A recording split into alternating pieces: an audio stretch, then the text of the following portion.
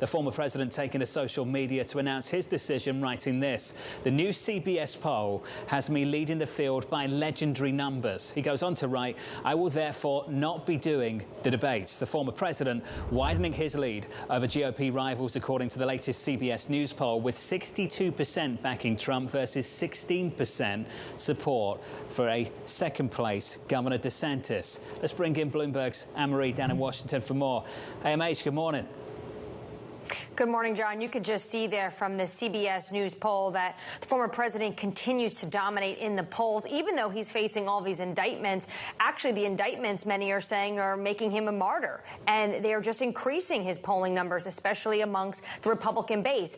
His nearest rival, or should say not so near at this poll you're looking at, the CBS poll, 16% for Governor DeSantis, who has been falling in the polls, and Trump just continues to dominate. All of this, Jonathan, ahead of the debate on Wednesday in Milwaukee, where the former president says he will not show up. His reasoning is, why bother if he's leading so much in the polls? He says the American people knows what he stands for. But potentially, Jonathan, he will do some counter-programming on Tucker Carlson with an online interview.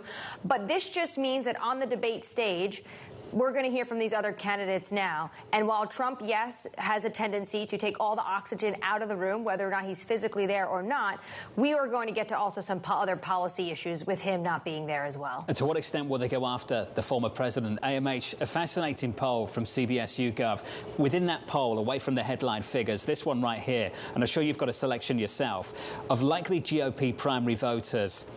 Should Trump's opponents focus more on Trump or make the case for themselves? 91% making the case for themselves, 9% make the case against Trump. Does that give you some indication as to how this might play out on Wednesday?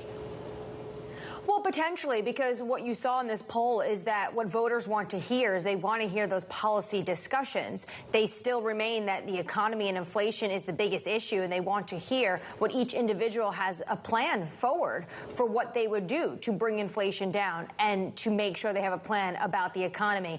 And they are kind of sick of hearing everyone give their remarks about the former president. Another interesting tidbit, Jonathan, from this poll, which was just fascinating, is that most voters believe Donald Trump is the source of truth. He has the most truthful information, even above their religious leaders and their friends and family. So these are individuals who really are not going to be backing away from the former president. Or just very mistrusting of their own family, Annmarie, whatever you want to read into that. Governor Christie has talked a lot about what he doesn't like about the former president. Has he offered anything on the policy front?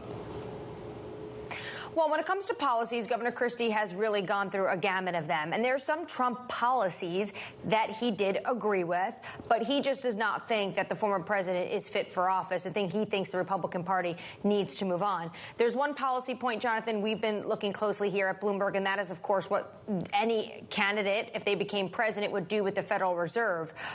They have this option in 2026 to appoint a new head of the Fed, head of the new Fed. We do know that Governor Christie, he has told us he doesn't think that Jay Powell's done anything horribly wrong, but the former president, VP Mike Pence, Governor DeSantis, they would all get rid of Jay Powell.